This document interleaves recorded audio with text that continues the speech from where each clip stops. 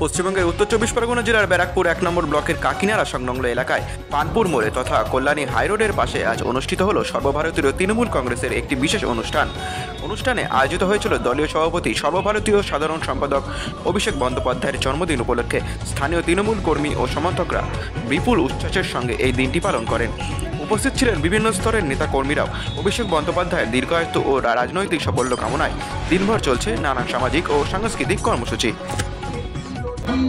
হতে পারে দিল্লি দেশে থাকে বাংলা নিজে সোনার ফসল তাও দেবে না তাকে সবার ওপর অত্যাচার করলে তুমি সরকারি ময়দানে প্রার্থী বাছাই করবে সে তৃণমূলের নবজোয়ার জিতবে তুমি উন্নয়ন হবে সবার 100 দিনের বকেয়া টাকার যতক্ষণ ফিরবে না রাজধানীতে আন্দোলনের লড়াই মনে থামবে না তৃণমূলের নবজোয়ার জিতবে